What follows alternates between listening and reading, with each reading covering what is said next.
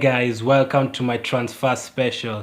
So it's deadline day and teams are making moves all over the place. Every time I'm checking Twitter, there's a new transfer. Every time I get on Instagram, a new player is being unveiled. So really teams are now serious. I do not know why teams always wait for the last day to make their moves.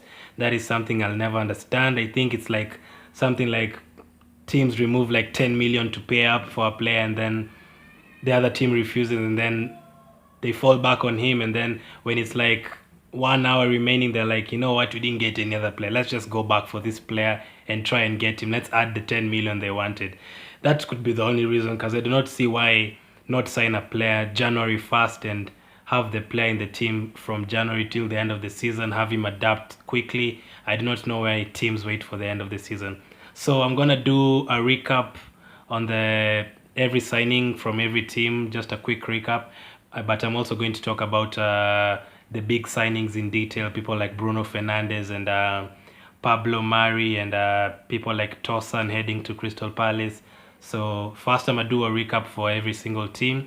I'm going to tell you which players that have been signed, how many have been signed, how many players have gone out, the major outs in every team. So we'll start from with alphabetical order from top to bottom. So it's crazy that Arsenal is the first team.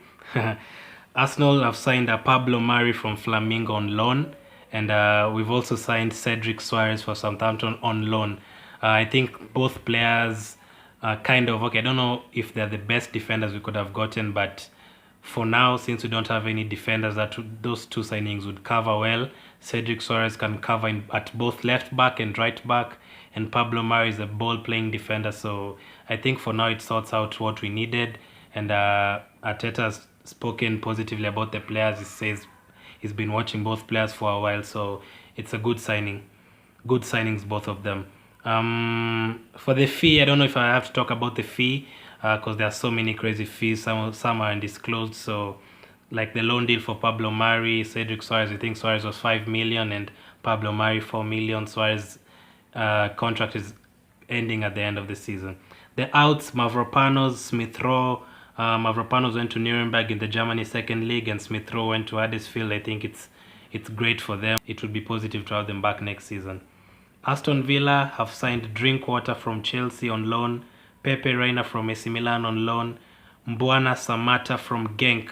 Yeah, I actually saw him play the other day. He's already made his debut. And Louis Barry from Barcelona. I think that is a youngster. The major outs from the team are James Chester, who went to Stoke City, and Jonathan Kodja, who went to Al Ghafra. It's a team in Asia. I'm not quite sure if it's Saudi Arabia or somewhere like that. Jonathan Kodja, I expected him to have played this season, but since Wesley got injured, I think he fell out of favor last season. So not quite what their manager Dean Smith needed. Bournemouth haven't signed anyone. I'm surprised for that. They got rid of Begovic on loan to AC Milan and Njoli to Motherwell on loan too. Brighton fans will know who those are. Sorry, Bournemouth fans will know who those are. I have no idea who those players are. Brighton completed the signing of Aaron Moy on a permanent deal. Of course, he's been playing for them since the start of the season. From Huddersfield, he was on loan, but they've made it permanent. He's been brilliant so far. They've also sold 6 players, some on loan, some permanent deals. Burnley signed Henry Ogumbi from Manchester City, I think he's a youngster, and Josh Brownhill from Bristol.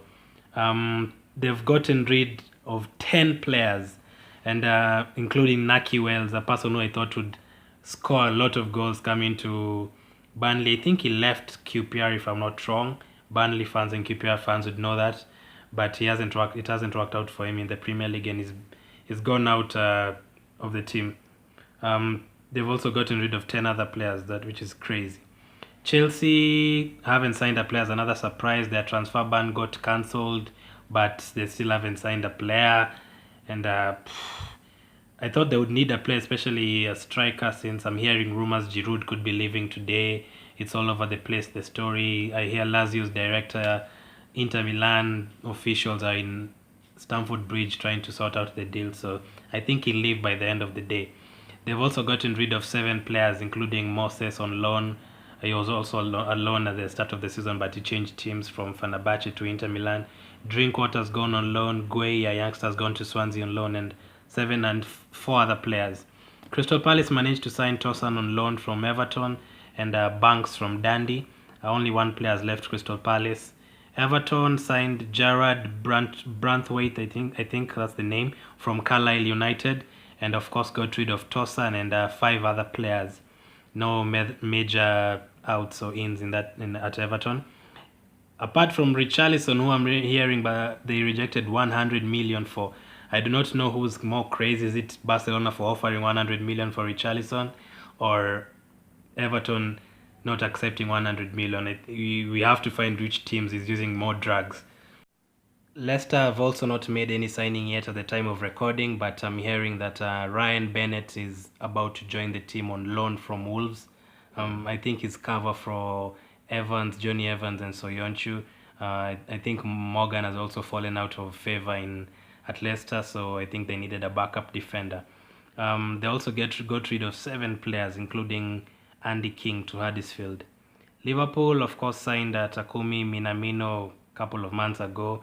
He already joined. He has already played a few games from Salzburg, and they've also gotten rid of Brewster to Swansea on loan, and 6 players in total have gone out on loan.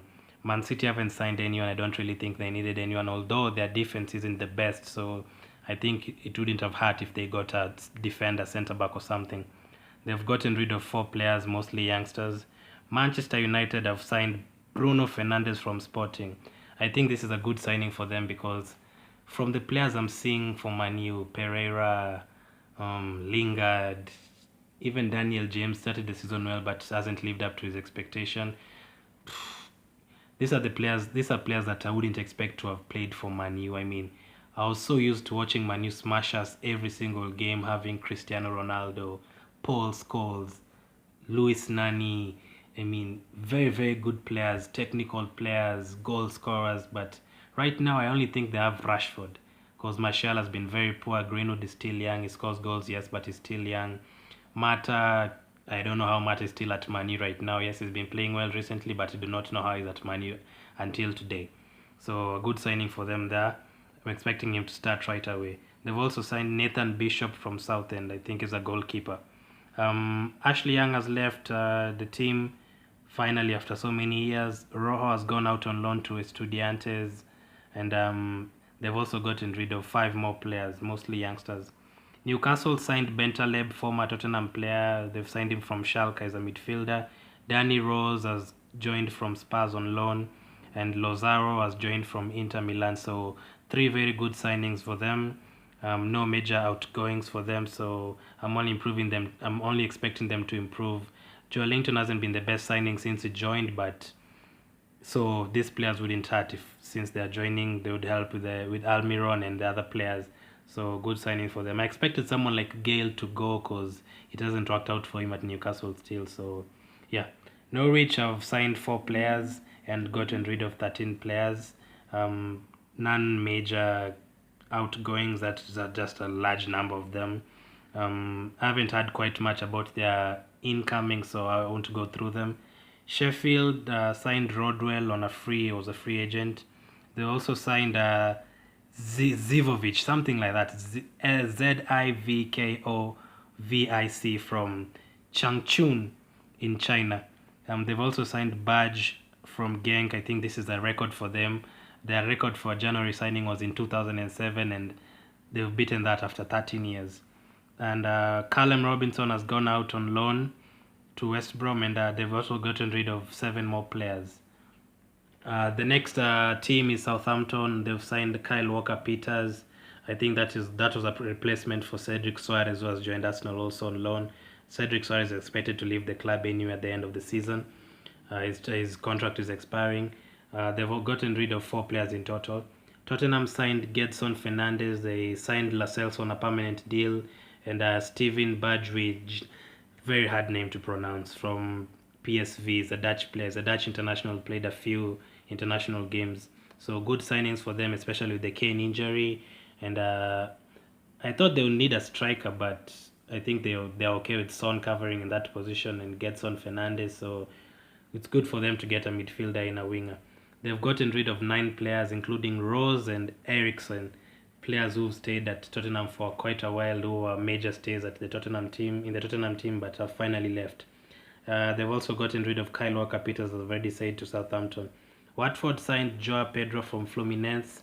In total, 3 ins and 2 outs. I think it will help them. West Ham, they bought Randolph from Middlesbrough and Thomas Sushek, I think, from Slavia. Good signing for them. 4 players out in total. Wolves signed Campana on a free. They signed Nigel Lonwidge. Man, this Serbian, Russian names. So many teams are getting this kind of players. Very, very good players normally. Enzo Ledes on loan, and they've also signed Daniel Podence from Olympiacos, a team Arsenal is gonna play in the Europa League. I'm glad he's left. He's joined them, and they've gotten rid of 5 players in total, including Caballero and Coutron on loan. So many teams have been in business in the final day, but many teams are settling for loan deals and getting rid of deadwood in their teams, loaning out players. So probably the major signing maybe Wolves, the Podence guy, Man U, of course, with Gedson Fernandes, maybe Arsenal with Pablo Mari on loan. Newcastle, Danny Rose is a big signing for them. Sheffield, Badge breaking their club record for a January transfer window. So very, very many outgoings. I think the team that has done the most clear out is Burnley, and there's a team that got rid of 13 players, Norwich, and the team that has done most incomings or players are coming into the team, probably Newcastle. Man U made good signing. Arsenal has sorted out their defense. So I'm still expecting Chelsea, Man U to sign some players. Man U are targeting Josh King. I think that would be a good signing for them. They need a striker. So very many transfers expected today. So I'm going to have another transfer special probably after the transfer window is closed. And thanks for watching. Thanks for supporting the channel. Make sure you subscribe, and God bless.